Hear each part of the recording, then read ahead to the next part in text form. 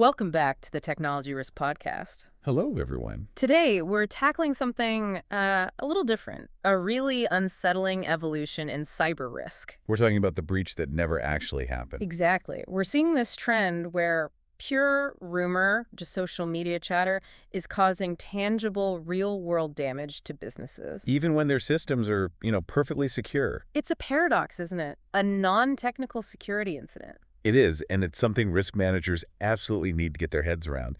And before we really get into it, if this is the kind of insight you find valuable, please do take a moment and subscribe to the Technology Risk Podcast. You can find us on Spotify, Apple Podcasts, YouTube Music, basically all the major platforms. It really helps us keep these conversations going. Okay, so let's ground this. A perfect case study just happened. The ASML incident, January 7th, 2026. Right, and for anyone who doesn't know, ASML is a massive, critical piece of the global semiconductor supply chain. And they had to come out publicly and confirm that they ran a full internal investigation into claims of a hack that were all over social media. Their conclusion: the claims were false. There was no breach. But that's the whole point. By the time they proved it was false, the damage was already being done. This is a textbook example of how the information environment can turn toxic and fast. ASML is a sophisticated company, but the rumor just took off. It triggered concern with partners, investors, headlines everywhere. It shows technical defense is not enough. No, you need narrative defense now, too. And the speed of it is just staggering. There's this data point from the MIT Media Lab. I know the one you're thinking of. It's shocking. It is. False cyber incident claims spread 6 times faster on social media than the official corrections. 6 times. That tells you everything about the uphill battle you're facing. Perception is just so much faster than truth. So that's what we need to unpack today. How do these fake claims actually propagate? Why is this rumor-driven panic a business risk? And most importantly, give you a calm, repeatable playbook for what to do when this, inevitably happens to your organization. Let's start with the anatomy of that ASML incident. The claims just popped up on social media. Right, often from anonymous accounts, maybe some bots mixed in. And they alleged a huge data breach. With a company like ASML, that immediately makes you think intellectual property. Very serious. And what really amplified it wasn't just algorithms, it was us. It was the human response. What do you mean? Well, as security professionals, we're kind of conditioned to believe bad news first. It's a survival instinct. A negativity bias. Exactly. A scary, simple claim is just more viral than a complex, careful denial. So people started reposting, asking, is this true? Or what's this mean for the supply chain? And each one of those questions adds fuel to the fire. Meanwhile, ASML is doing the responsible thing, a thorough investigation. But that takes time. And by then, the narrative is already set. So we land on that crucial insight. In cybersecurity, perception moves faster than truth. It's not a cliche, it's a measurable reality. Customers, suppliers, they all react before they have confirmation. They have to. Which means your systems can be perfectly secure, but the rumor itself becomes a major operational hazard. Right, and that's where the real measurable damage starts. We're talking about immediate, serious operational disruption. Like what, specifically? We see customers just freezing accounts or suspending transactions as a precaution. Especially ones with really strict vendor risk management. They can't take the chance. Of course not. And it goes down the supply chain. Your suppliers might pause integrations, maybe even halt shipments. They're worried they could be next. And this reaction time is almost instant. It is. The data from PwC shows that 58% of companies report business disruption within 24 hours of an unverified rumor. Wow, 58%. So almost 3 out of 5 companies are already feeling the pain based on a whisper. The clock starts the moment it hits social media, not when you confirm a compromise. I want to focus on the reputational harm, though, because it doesn't just vanish when you issue a denial. No, it absolutely doesn't. You think, we proved it was false, trust resets. But it's not that simple. So what's the lingering cost? Well, those disproven claims live forever in search results, with sensational headlines. So 6 months later, a potential customer looks you up. And there it is. The trust erosion is immediate and the recovery is slow. Very slow. And that's not even counting the internal costs. You mean the IT team dropping everything? Exactly. Leadership, IT, security. They're all forced into this high-stress emergency mode. They're pulled off real projects to go chase a ghost. Which is a huge non-recoverable productivity loss. And for a public company, that can mean stock volatility. For an SMB, For an SMB, a small to mid-sized business, it can jeopardize the contracts they need to survive. that's a perfect transition, actually. The unique vulnerability of The SMBs. barrier to entry for this kind of attack is zero. Right. You don't need hacking tools. You just need an anonymous account, maybe a few bots. A disgruntled ex-employee. Oh. Anyone. And this is where the resource gap becomes so critical. A huge company like ASML has a crisis comms team, investor relations. They drill for these scenarios. But the typical SMB doesn't have any of that. The response falls on, what, the marketing manager? The CTO? And it's an ad hoc reaction. No pre-approved messaging, no legal review. It often just makes the confusion We worse. don't have that single authoritative voice you need to shut down a lie. And that delay is just lethal. There's this finding that silence. Mm. It's basically interpreted as guilt. If you don't respond, people assume the rumor is true. Right. It solidifies. It becomes the accepted truth. So how fast do you have to be? The Edelman Trust Barometer has some stark data on this.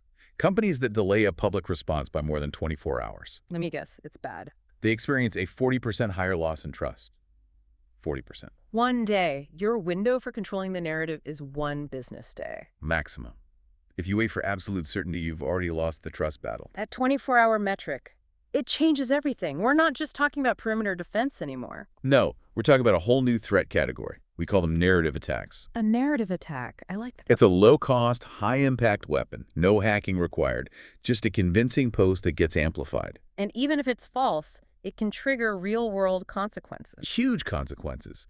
Legal costs, customers demanding external audits, friction with your suppliers, even regulatory scrutiny because of public pressure.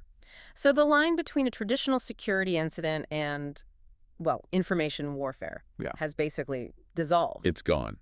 You have to defend the narrative as fiercely as you defend the network. Okay, so if we accept that, we need a plan. A plan is non-negotiable. And we put together a clear 6-step playbook. You need to treat this as an extension of your existing cyber risk plan. Let's walk through it. Step 1 seems obvious, but the details matter. Verify quietly, immediately. Right. And for an SMB, you need to be precise.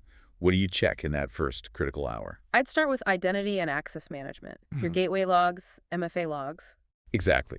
High signal, low noise. If there's a huge breach rumor, you should see anomalies there. Spikes in failed logins. If those logs are clean, that's a powerful piece of evidence right away. And the quietly part is key. No public speculation, no internal panic that can leak out. Not until you have that basic verification. Which brings us to step 2. Designate one voice. The communication chaos killer. It really is. If the CEO says one thing and the CISO emails another, the media will feast on that inconsistency. You need one spokesperson, one official channel. Period. And that person needs to understand that 40% trust loss statistic, the stakes are that high. All right, step 3 is tough. Communicate what you know and what you don't. It's hard. The instinct is to wait for the all clear. But we know that delay is ruinous. So what does a good early statement look like? It's about transparency. Something like, we are aware of unverified claims. Our teams are investigating urgently. We see no immediate evidence of a compromise, and we will provide an official update in 4 hours. I like that. Committing to a time frame is crucial. It shows you're in control. It shifts you from being reactive to proactive. Then step 4, after the investigation, is document findings, clearly. Clean English, right? Absolutely. No technical jargon. Just a plain, confident statement. Our review is complete. The claims are false. All customer data is secure. Clarity beats technical detail every time. Step 5 is the long game. Monitor and correct misinformation. And this is where a lot of companies, especially SMBs, drop the ball. They issue one statement and walk away. But the rumor is still alive in forums and social media threads. Exactly. You have to track those mentions and correct the record right there on those same platforms. If you ignore a lie, you're passively validating it. Okay, and the final step, number 6, capture lessons learned. This has to be a mandatory debrief. You have to update your incident response plan to specifically include a playbook for false breach scenarios. So it has the same weight as a ransomware plan. It has to. A successful response today covers both the technical hack and the reputation attack. Let's make this real. Let's talk about a success story versus a failure. Okay, the success story. A services firm was falsely accused of a ransomware breach. A really damaging claim. What did they do right? Textbook response. Verified internally in under 2 hours, issued a clear public statement, and, this is key, they proactively called their top 5 customers. They got ahead of it. Completely. The result was minimal disruption. Their customers heard it from them first, which actually reinforced trust. The lesson being speed plus clarity neutralizes the rumor. Exactly. Now, the failure. A mid-sized software vendor that ignored breach rumors for 4 days. Why? They thought if they didn't give it oxygen, it would just fade away. A fatal mistake. Devastating. Customers panicked. Major contracts were paused. The reputational damage stuck around for months, even after they finally denied it. So the lesson there is that silence lets the rumor define your reality. If you don't control the narrative in that first 24 hours, someone else will, and it will be negative. So future-proofing against this means expanding our definition of security risk. It has to. First, you have to expand your incident response plan beyond just technical breaches. Misinformation events need their own playbook. Second, preparation. You mentioned this before. Pre-drafted communication templates. They are your speed multiplier.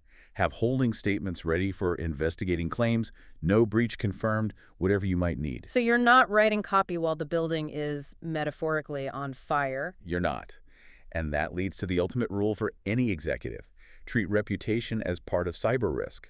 It's not separate anymore. Security is narrative defense now, not just firewalls. The ASML experience proves it.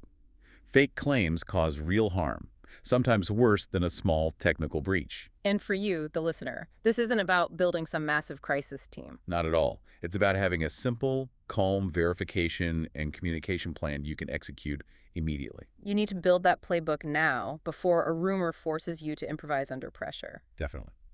So here's a final thought to leave you with as you think about your own strategy.